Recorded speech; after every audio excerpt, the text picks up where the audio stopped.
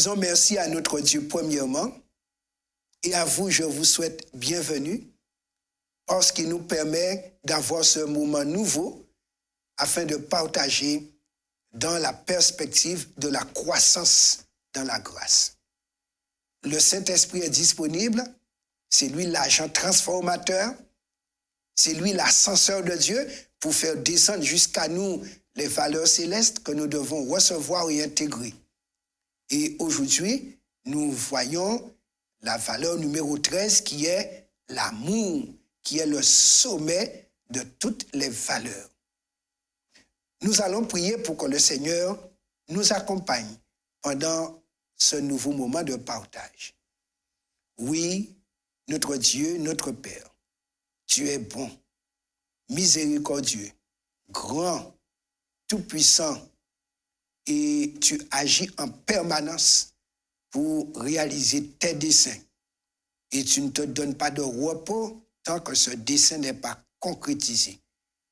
Puisque tu as comme dessein de nous justifier et de nous glorifier pour nous ramener à l'image première, s'il te plaît. Donne-nous ta grâce et que ta parole nous donne les éléments à intégrer et que nous puissions, par l'Esprit, harmoniser notre vie avec toi, tout comme Jésus l'a fait ici-bas.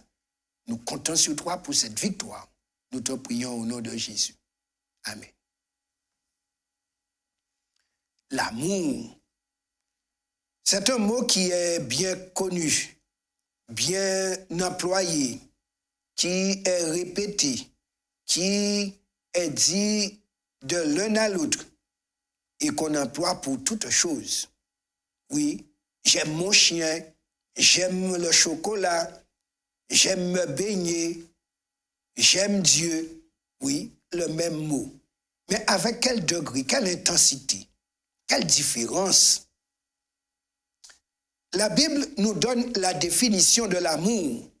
Et là, nous comprendrons de quel genre d'amour qui est la valeur céleste. Dans 1 Corinthiens 13, versets 4 à 7, l'apôtre Paul dit ceci.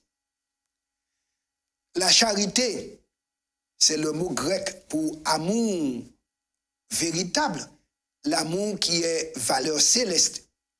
La charité est patiente, elle est pleine de bonté. La charité, cet amour, valeur céleste, n'est point envieuse. La charité, cette valeur venue de Dieu, ne se vante point. Elle ne s'enfle point d'orgueil. Elle ne fait rien de malhonnête. Elle ne cherche point son intérêt. Elle ne s'irrite point. Elle ne soupçonne point le mal. Elle ne se réjouit point de l'injustice, mais elle se réjouit de la vérité. Elle excuse tout. Elle croit tout. Elle espère tout. Elle supporte tout. La charité, en tant que valeur céleste, ne périt jamais. Les prophéties prendront fin, les langues cesseront, la connaissance disparaîtra. Mais la charité demeure. Ainsi donc, amis téléspectateurs, en revenant sur cette définition biblique de cette valeur céleste, l'amour, nous aimons tous l'entendre, nous aimons tous le ressentir, et certains vivent mal dans leur peau et dans la société par rapport au fait qu'ils n'ont pas goûté à cette valeur céleste, ni de la part des autres, et cela n'a pas pu être installé chez eux. Et il y a donc carence affective. Et par carence affective, on a des malades d'amour. Mais la Bible dit que cette valeur céleste est un don de Dieu. Et on comprend bien que si Dieu n'installe l'amour dans notre cœur, nous allons mal fonctionner psychologiquement, physiquement, mais aussi socialement. On sera même déséquilibré, pour ne pas dire asocial. pour ne pas dire même marginal. Quand on a cette valeur céleste, on ne saurait être ni asocial, ni marginal, parce que l'amour est une valeur relationnelle. L'amour nous met en relation verticale avec la source, mais aussi en relation horizontale. Car quand la source envoie l'eau, la rivière se divise en bras pour arroser. Ainsi donc, l'apôtre nous dit, cette valeur céleste qui est amour a des ramifications. Elle contient la capacité à patienter. Elle contient la capacité à exercer de la bonté. Donc, ne peut rien faire de mal à celui qui est en face de soi, puisque c'est une valeur céleste relationnelle.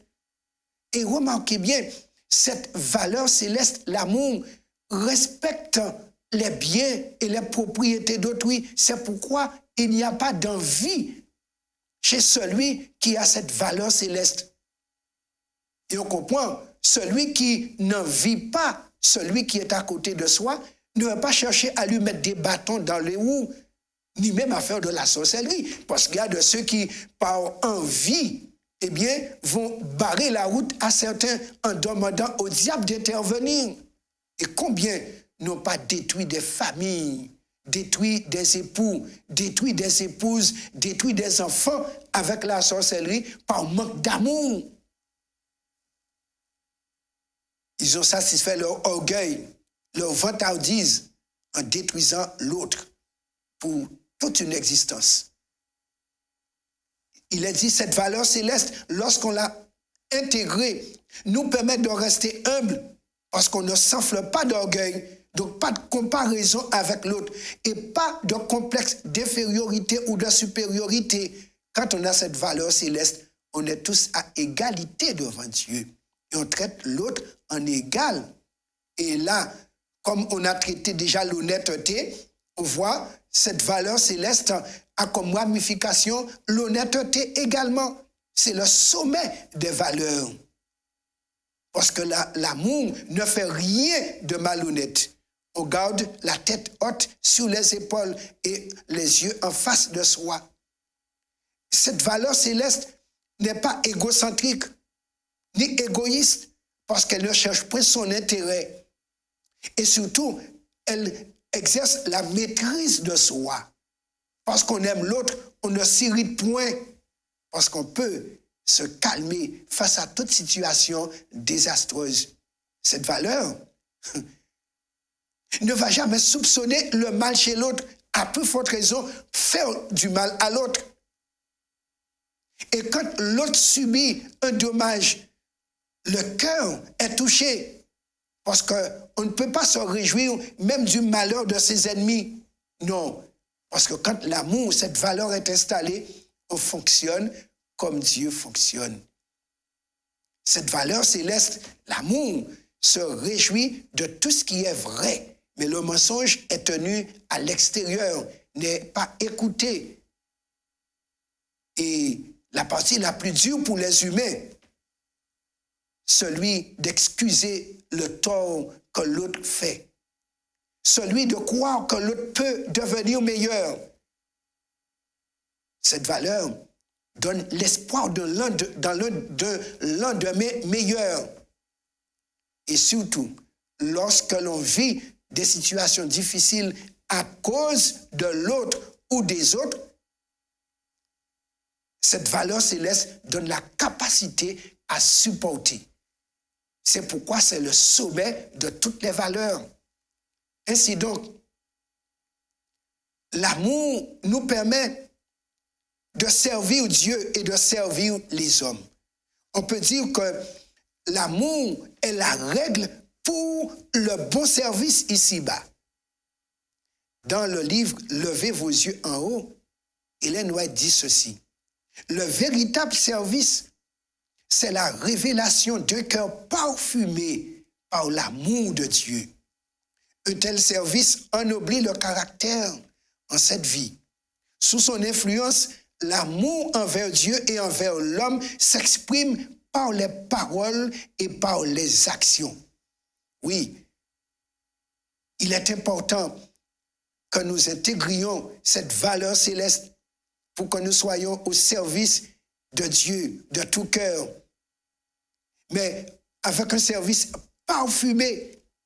Ce qui veut dire les actes posés ne le seront pas mécaniquement, machinalement, mais réfléchis et avec mesure pour être un bénéfice à celui vers qui l'action est menée. Et on souligne, il est dit que cet amour ennoblit le caractère, puisque nous permet d'être comme Dieu est. Lorsqu'on a cette valeur céleste, on peut servir les hommes. Donc c'est pourquoi on ne cherche pas son propre intérêt en premier. Et ça va aider la famille, aider leur couple, où on voit l'épouse au service de son époux, l'époux au service de son épouse, chacun au service de l'autre. Il n'y aura pas de tirage à droite, à gauche, mais on va tirer dans la même direction. On ne va pas s'entre-déchirer. Non, l'amour harmonise. L'amour règle les relations entre les enfants de Dieu et des enfants de Dieu envers le monde. Dans Jean 15, verset 12, cet amour nous fait ressembler à Dieu. Voici ce que Jésus dit. C'est ici mon commandement. Aimez-vous les uns les autres comme je vous ai aimé. Et dans Jean 13, verset 35, il dit, à ceci, tous connaîtront que vous êtes mes disciples si vous avez de l'amour les uns pour les autres. Donc, cette valeur céleste, lorsqu'elle est intégrée, permet à ceux qui nous entourent de voir qui est notre papa, qui nous a engendrés, quelle est notre appartenance familiale, puisque l'on appartient à la famille céleste. Les enfants terrestres démontrent leur citoyenneté à partir de cette valeur. Et c'est Jésus qui le dit, à ceci, tous connaîtront que vous êtes mes disciples. Ceux qui ne sont pas disciples vont reconnaître les disciples. Ah oui, Jésus est passé par là. Oh, je reconnais Jésus en lui. C'est pourquoi Saint Jean, qui a fréquenté Jésus et intégré cette valeur céleste, déclare dans 1 Jean 4, verset 8, « Bien-aimés, aimons-nous les uns les autres, car l'amour est de Dieu, et quiconque aime est né de Dieu et connaît Dieu. Celui qui n'aime pas n'a pas connu Dieu, car Dieu est amour. » Voilà pourquoi, si Dieu est amour, ses enfants sont des enfants aimants, des enfants d'amour. Et Hélène White dit, un chrétien aimant et aimable, c'est l'argument le plus puissant en faveur du christianisme. Oui, le christianisme est d'origine céleste et le chrétien est en photocopie conforme de Jésus, certifié céleste, eh bien, démontre cet amour. Chers téléspectateurs, Saint Paul conclut en nous disant ceci dans Philippiens 1er, verset 6. « Je suis persuadé que celui qui a commencé en vous cette bonne œuvre la rendra parfaite pour le jour de Jésus-Christ. » Jésus vient très bientôt. Il vient chercher ceux en qui toutes les valeurs célestes seront intégrées, installées et rendues fonctionnelles. Voilà pourquoi nous allons prier pour demander à Dieu, qui a commencé en nous cette bonne œuvre, de pouvoir l'achever en chacun, l'achever pour chacun, pour que nous puissions découler avec Jésus. Éternel, tu nous réjouis le cœur en nous présentant cette panoplie de valeurs célestes que nous pouvons intégrer, que nous devons intégrer, qui sont disponibles car le Saint-Esprit est prêt à installer chacune de ces choses. S'il te plaît, prends nos cœurs et donne-nous des cœurs de chair, des cœurs malléables qui pourraient subir l'impression de ta grâce par l'Esprit pour que ces vertus, ces valeurs célestes soient installées et rendues fonctionnelles chez nous comme elles fonctionnaient chez Jésus. Père, nous voulons te ressembler. Nous voulons être reconnus fils et filles de Dieu. Transforme-nous et achève cette transformation. Nous prions au nom de Jésus et pour ta gloire. Amen.